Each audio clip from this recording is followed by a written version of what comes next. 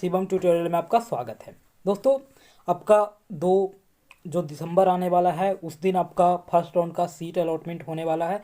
जितने भी student Bihar engineering में एडमिशन लेने वाले हैं, तो दोस्तों उससे रिगार्डिंग जो डॉक्यूमेंट वेरिफिकेशन होता है, तो उसमें जो एक इम्पॉर्टेंट डॉक्यूमेंट्स होते हैं वो होते हैं चेक स्लिप। दोस्तों, ये वही चेक स्लिप है जिसके बारे में आज मैं आपको पूरी जानकारी देने जा रहा हूँ। मैं आपको बताने जा रहा हूँ किस तरह से ये यूज आता है और किस तरह से इसे भरा जाता है। दोस्तों, तो आइए हम वीडियो को शुरू करते हैं। दोस्तों, आप देख सकते हो बीसीसी बोर्ड का ऑफिशियल जो वेबसाइट है वहाँ पे ये जारी हो चुका है। यहाँ लिखा गया है बिहार संयुक्त प्रवेश परीक्षा परिषद, ये बीसीसी बोर्ड है। और यहाँ लिखा गया है under graduate engineering admission counselling UGEAC 2020 JEE mains 2020 के आधार पर बीटेक पाठ्यक्रमों हेतु, यानी आपको पता ही होगा कि जेईई मेंस के थ्रू एडमिशन होने वाला है, तो इसी का जांच पर्ची है। दोस्तों, ये जांच पर्ची है। जब डॉक्यूमेंट वेरिफिकेशन के लिए आप जाओगे तो एक कॉलेज के थ्रू आपको दिया जाता है एक फाइल में, और सबसे पहले इसी के थ्रू जांच किया जाता है। आप इसमें जो भी इंफॉर्मेशन भरोगे वही आपके डॉक्यूमेंट से मिलान किया जाता है कि दोनों सही है या नहीं। तो दोस्तों, इसी का डॉक्यूमेंट वेरिफिकेशन होता है। तो ये एक चेक स्लिप है और ये बहुत ज़्यादा ज़रूरी होता है। आप चाहे तो इसे अभी प्रिंट लेकर भर सकते हैं, या फिर आपको कॉलेज के थ्रू डॉक्यूमेंट वेरिफिकेशन जब होगा तो वहाँ पे आपको दिया जाएगा। तो आप इसे देख ले आपको किस तरह से फिलअप करना है, क्या क्या फिलअप करना है, और उसके बाद आप चाहे तो अभी प्रिंट करवा कर भर ले या फिर अपने कॉलेज में जाने के बाद। तो दोस्तों, यहाँ देखिए साफ साफ लिखा गया है उम्मीदवार द्वारा स्वयं सुस्पष्ट लिपि में भरा जाएगा, यानी कि आपको बहुत साफ साफ भरना है, आपको गलती नहीं कहीं करना है। आप क्लियर भरोगे तो आपको बहुत अच्छे से डॉक्यूमेंट वेरिफिकेशन के समय आपका जो डॉक्यूमेंट है वो बहुत जल्दी वेरीफाई हो जाएगा। तो आइए हम देखते हैं। दोस्तों, यहाँ पे आप देख सकते हैं सबसे पहले नाम दिया गया है अंग्रेजी, हिंदी में और अंग्रेजी में, तो आपको यहाँ फिलअप कर देना है। उसके बाद जेईई मेंस का जो रोल नंबर है वो दिया गया है, यहाँ पे क्रमांक दे देना है, और यहाँ पे ऑल इंडिया रैंक दे देना है, और यहाँ पे कोटि यानी कैटेगरी आपको दे देना है, आप कौन से कैटेगरी के स्टूडेंट हैं वो दे देना है। दोस्तों, उसके बाद यूजीईएसी का आईडी जो रजिस्ट्रेशन के समय आपको मिला है वो यहाँ फिलअप कर देना है, और उसके बाद यहाँ पे आपका कैटेगरी दे देना है। उसके बाद देख सकते हैं बिहार स्टेट यूजीईएसी 2020 का जो मेरिट लिस्ट है, उसके बाद में आपको उसका रैंक देना है। यूजीईएसी के थ्रू जो रैंक कार्ड पे आपको आया है वो यहाँ अनारक्षित यानी अनरिजर्व कैटेगरी यूआर से कितना रैंक है वो लिख देना है, और यहाँ पे आपको कैटेगरी लिख देना है। दोस्तों, उसके बाद यहाँ पिता का नाम लिखना है, और उसके बाद आपको अस्थाई पता देना है। तो आपको ये सारी जानकारी जो आप भरोगे ये आपको जो मतलब रजिस्ट्रेशन के समय जो दिए थे और जो ऑफिशियली है वही सारी जानकारी सही सही भरना है। दोस्तों, इसी के आधार पे आपका डॉक्यूमेंट वेरिफिकेशन होता है। तो आप यहाँ जो भी जानकारी दोगे उसी से आपको मार्कशीट वगैरह से मिलान किया जाता है। तो आप देख सकते हैं यहाँ पे विद्यालय, महाविद्यालय के नाम जहाँ तत्काल अध्ययन कर रहे हैं, यानी कि अभी जहाँ से पास आउट किए हैं, यानी 12th का, वो सारी डिटेल्स यहाँ देना है। दोस्तों, उसके बाद में पहचान चिन्ह देना है। उसके बाद हम और आगे देखते हैं तो यहाँ फ़ोन नंबर देना है, और यदि मोबाइल नंबर देना है यदि कोई हो तो, और इसके बाद ईमेल पता देना है, और यहाँ पे आधार संख्या देना है। तो ये सारी जानकारी आप समझ सकते हैं। पहचान चिन्ह में आप दे सकते हो, आपका कहीं तिल का निशान है तो वो दे सकते हो, कहीं कटे हुए का निशान है वो दे सकते हो, और फिर यहाँ आपको आधार संख्या देखकर अपना लिख देना है। दोस्तों, उसके बाद यहाँ पे उम्मीदवार का हस्ताक्षर है, यानी कि आपको यहाँ पे सिग्नेचर कर देना है, और जब डॉक्यूमेंट वेरिफिकेशन जिस दिन जाओगे उसका डेट यहाँ डाल देना है। दोस्तों, उसके बाद में आप देख सकते हैं जो इंटरव्यूअर होते हैं, और यानी जो नोडल ऑफिसर आपको जो डॉक्यूमेंट वेरिफिकेशन करेंगे वो यहाँ से आपका डॉक्यूमेंट्स चेक करेंगे। दोस्तों, बहुत सारे डॉक्यूमेंट्स आपको मैंने बताया है, बहुत सारे स्टूडेंट ऑफिशियल नोटिस देखते हैं, उसमें लिखा रहता है कि प्रोविजनल नहीं चाहिए, नहीं लिखा रहता है तो वो चाहते हैं कि प्रोविजनल नहीं लगेगा। जबकि आप यहाँ देख सकते हैं मैट्रिकुलेशन या समकक्ष परीक्षा का मूल प्रवेश पत्र यानी एडमिट कार्ड, उसके बाद अंक पत्र यानी मार्कशीट, या फिर औपबंधिक प्रमाण पत्र यानी कि ओरिजिनल जो पासिंग सर्टिफिकेट है वो होना चाहिए, या फिर आपका जो प्रोविजनल सर्टिफिकेट है वो होना चाहिए। उसी तरह से आईएससी का देखिए, यहाँ पे एडमिट कार्ड मांग रहा है, उसके बाद में आपका अंक यानी अंक पत्र यानी मार्कशीट मांग रहा है, और उसके बाद आपको पासिंग सर्टिफिकेट या प्रोविजनल सर्टिफिकेट, यानी बिहार बोर्ड वाले को प्रोविजनल सर्टिफिकेट मिलता है और सीबीएसई बोर्ड वाले को जो होता है वो पासिंग सर्टिफिकेट मिलता है। तो ये सारी डॉक्यूमेंट्स लेकर जाना है। उसके बाद जेईई मेंस का जो मूल प्रवेश पत्र एडमिट कार्ड है वो ले लेना है। दोस्तों अभी बोल रहे हैं कि बहुत सारे स्टूडेंट के जेईई मेंस का एडमिट कार्ड खो गया है, नहीं है, तो यार जाओ वेबसाइट पे आपको सारे एडमिट कार्ड मिल जाएंगे जेईई मेंस के, वहाँ से आप डाउनलोड कीजिए। फिर वहाँ से आपको रिजल्ट कार्ड डाउनलोड करना है, वो भी लेकर जाना है। उसके बाद जिस फोटो का जेईई मेंस 2020 के प्रवेश परीक्षा हेतु प्रयोग में लाया गया था उसी फोटो की 6 प्रतियाँ। दोस्तों ये मैंने बार बार आपको एप्लीकेशन फॉर्म फिलअप करते समय बताया था कि जैसा फ़ोटो जेईई मेंस का थ्रू दिए हैं वैसा फ़ोटो यहाँ भी दें, और 8 पीस फ़ोटो आपको बनवा कर रखना है ताकि आपके डॉक्यूमेंट वेरिफिकेशन के समय काम आए। तो आप देखिए यहाँ पे साफ साफ लिखा गया है। तो जैसा आप रजिस्ट्रेशन के समय दिए थे बीसीसी के रजिस्ट्रेशन में वैसा फ़ोटो आपको चाहिए ही चाहिए। उसके बाद में अस्थाई निवास प्रमाण पत्र जो अंचलाधिकारी के थ्रू जारी होता है, उसके बाद में आरक्षण प्रमाण पत्र है तो वो भी लेकर जा सकते हैं। ईडब्ल्यूएस के लिए कोई स्टूडेंट है तो उसका भी डॉक्यूमेंट्स चाहिए। उसके बाद में आवासीय प्रमाण पत्र, उसके बाद में संस्थान जहां अंतिम बार पढ़ाई कर रहे हैं वहां का कैरेक्टर मूल आचरण प्रमाण पत्र, यानी दोस्तों आचरण प्रमाण पत्र का मतलब हुआ कैरेक्टर सर्टिफिकेट, यानी जहां से आप 12th पास किए हैं वहां से आपको जब टीसी लेने गए होंगे यानी कॉलेज लिविंग सर्टिफिकेट लेने गए होंगे सीएलसी, तो वहाँ पे आपको एक कैरेक्टर सर्टिफिकेट दिया होगा, वो भी लेकर जाना है। और देखिए यहाँ पे सैनिक कोटा के एसएमक्यू के कुछ स्टूडेंट हैं तो उनके लिए जो डॉक्यूमेंट्स है वो लेकर जाना है। डिस्चार्ज सर्टिफिकेट पर फोटो प्रति अगर लागू हो तो ये सारे डॉक्यूमेंट्स उनका बनता है तो वो लेकर जाना है। उसके बाद जो दिव्यांग स्टूडेंट हैं उनके लिए अलग से डॉक्यूमेंट्स चाहिए। और देखिए यहाँ पे लिखा गया है यूजीईएसी 2020 की विवरण पुस्तिका में उल्लेखित नियमों को अनुसार आवश्यक प्रमाण पत्र, यानी कि वही सारे डॉक्यूमेंट जो मैंने बताए ये सारे लेकर जाना है। क्रम संख्या इतना को छोड़कर सभी संलग्न किए गए हैं। यानी दोस्तों यहाँ पे होता है कि इतने सारे डॉक्यूमेंट्स का जो लिस्ट है उसमें अगर कोई डॉक्यूमेंट्स आपका मिसिंग है अभी तो यहाँ पे आप लिख दीजिएगा कि मेरा जो, मान लीजिए कि आपको सैनिक कोटा का स्टूडेंट है और आपका डॉक्यूमेंट्स नहीं है तो हमें यहाँ पे फिलअप कर देना है कि जो ऊपर में जितने डॉक्यूमेंट्स दिए गए हैं उसमें से 10 नंबर का डॉक्यूमेंट्स मेरे पास नहीं है, उसे छोड़कर बाकी सब डॉक्यूमेंट्स मैं आपको दे रहा हूँ वेरीफाई करने के लिए।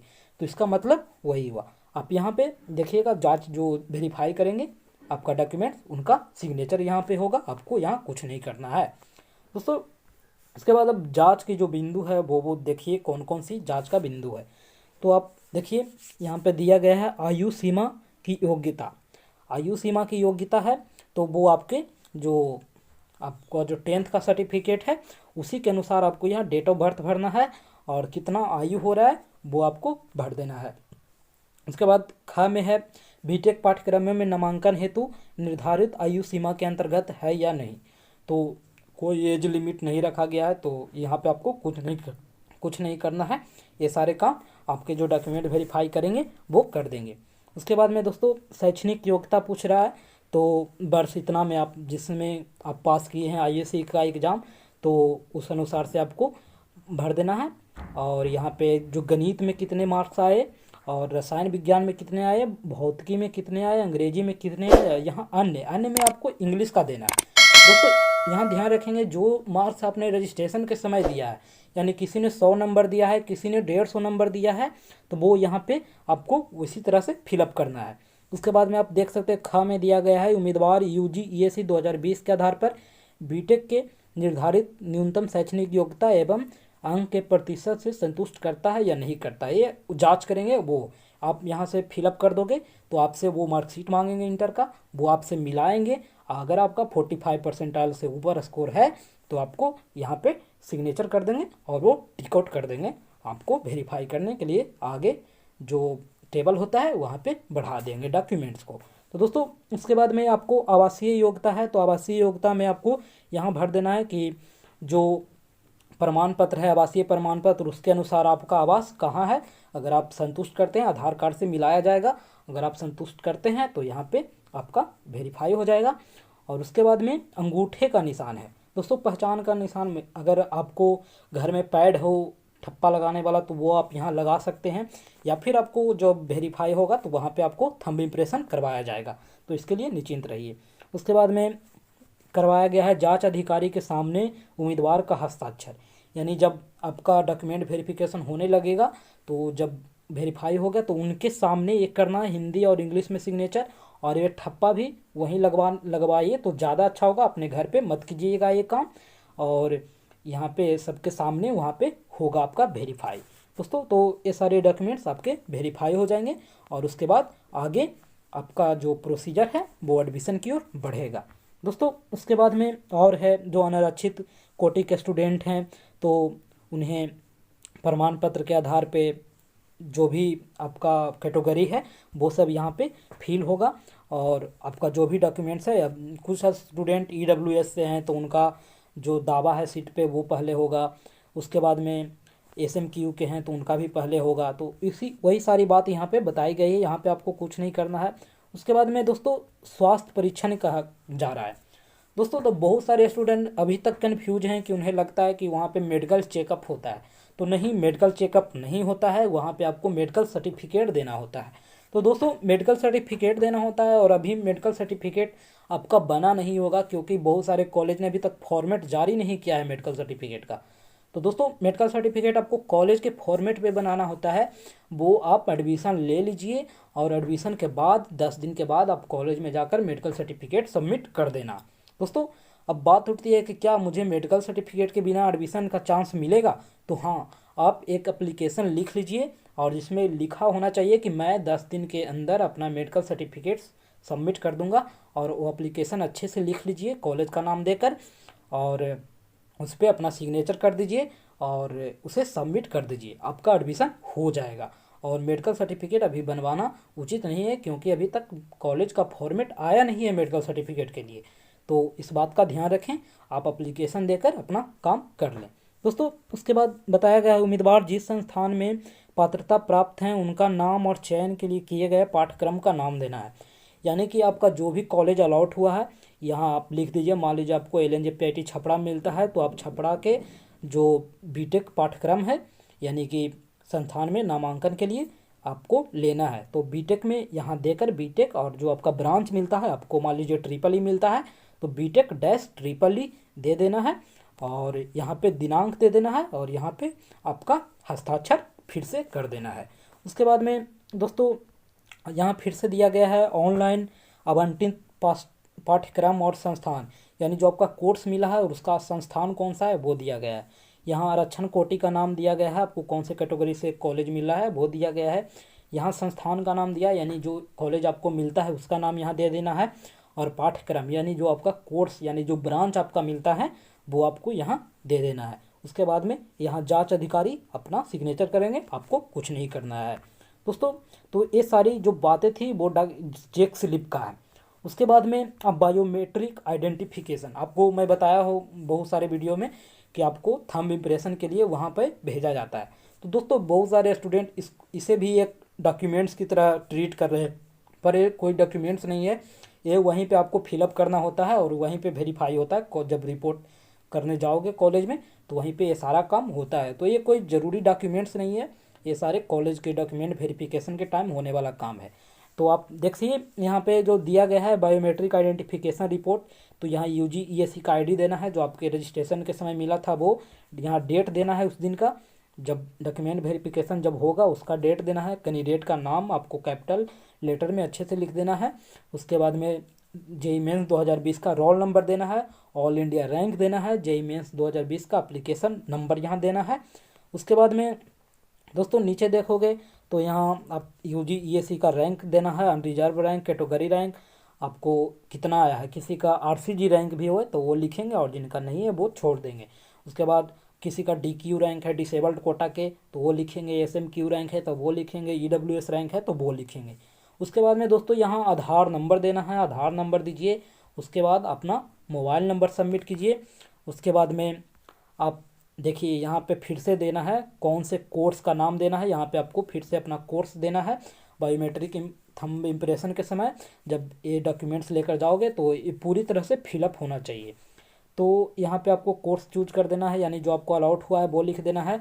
उसके बाद कौन से कॉलेज में मिला है वो लिख देना है, और किस डेट को आप कर रहे हैं अपना जो आइडेंटिटी वेरिफिकेशन है वो, तो इसका डेट आप दे दीजिएगा, बस हो जाएगा दोस्तों। उसके बाद में आपको जो राइट थंब इम्प्रेशन है या लेफ्ट थंब इम्प्रेशन है वो आपका यहाँ पे ठप्पा लगेगा, और जो वो बायोमेट्रिक इम्प्रेशन करेंगे उनको जो मशीन होगा वहाँ पे ठप्पा लगेगा, और उसके बाद आपका यहाँ पे ठप्पा लग जाएगा और यहाँ पे आपका सिग्नेचर हो जाएगा।